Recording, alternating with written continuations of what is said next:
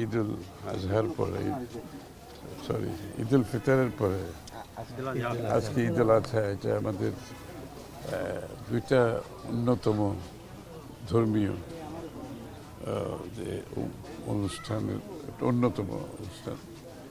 এটা আজকের তো স্যাক্রিফাইস, আমরা সবাইকে স্যাক্রিফাইস করতে শিখতে হবে। আমরা সবাই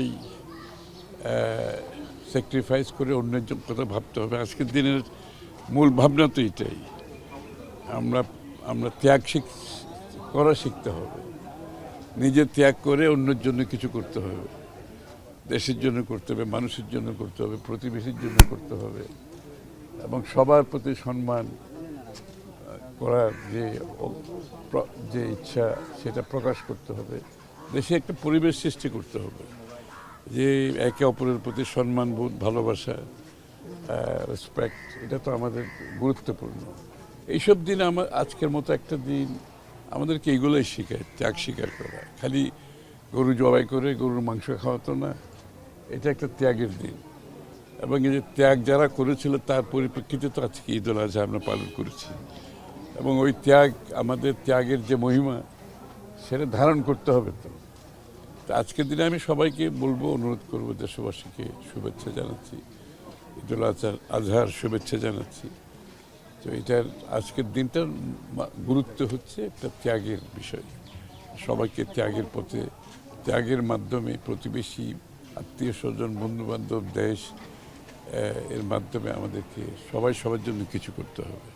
সব কিছু আমাকে পেতে হবে, এখান থেকে বেরিয়ে আসতে হবে, সকলের জন্য চিন্তা করতে হবে। আমরা যাই করি জীবনে, আমার জীবনে আমার যা পাওয়া একজনেরও তো পাওয়া আছে। সব কিছু চিন্তার মাধ্যমে যদি সেই চিন্তাটা আমরা ধারণ করতে পারি আজকের দিনে, তাহলেই বোধহয় আজকের দিনে সার্থকতা হবে।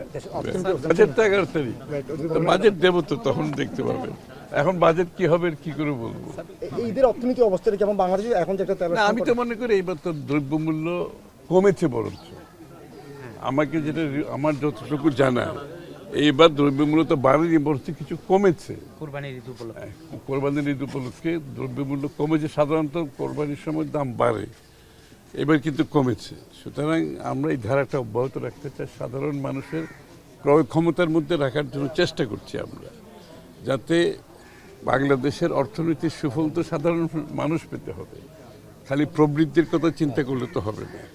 এই প্রবৃদ্ধির মাধ্যমে দেশের সাধারণ মানুষ অর্থনীতিতে অংশগ্রহণ করতে হবে, অর্থনীতির সুফল পেতে হবে।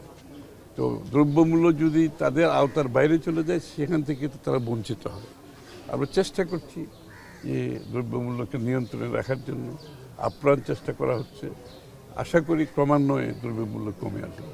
একটু সময় দিতে হবে। মধ্যপ্রাচ্যের যে যুদ্ধ চলছে, তারপরে দেশের আমরা যে অর্থনীতি বিগত সরকারগুলো থেকে পেয়েছি, একটি ভঙ্গুর অর্থনীতিকে আগে সঠিক জায়গায় আনতে হচ্ছে, তারপর সমৃদ্ধির পথে যাব ইনশাল্লাহ। তো এটার জন্য একটু সময় চাইতে আমি দেশবাসীর কাছে সব আবেদন করছি, একটু সময় দিতে হবে। কারণ একটা ভঙ্গুর অর্থনীতিকে সঠিক জায়গায় আনা, তারপরে সামনের দিকে এগিয়ে যাওয়া, সমৃদ্ধির পথে একটু সময়ের প্রয়োজন। দেশের মানুষের কাছে, জনগণের কাছে আমাদের একটি আকুতি, একটি আবেদন, এই সময়টুকু আমাদেরকে একটু দেন। আমরা নির্বাচিত সরকার, আমরা আপনাদের কাছে দায়ী বলব, আপনাদের কল্যাণে একটা সরকার, এটা কল্যাণকর রাষ্ট্রের প্রতি আমরা যাচ্ছি ইনশাআল্লাহ। আপনারা দোয়া করবেন, সবাই মিলে আমি আশা করি সেটা আমরা করতে পারবো।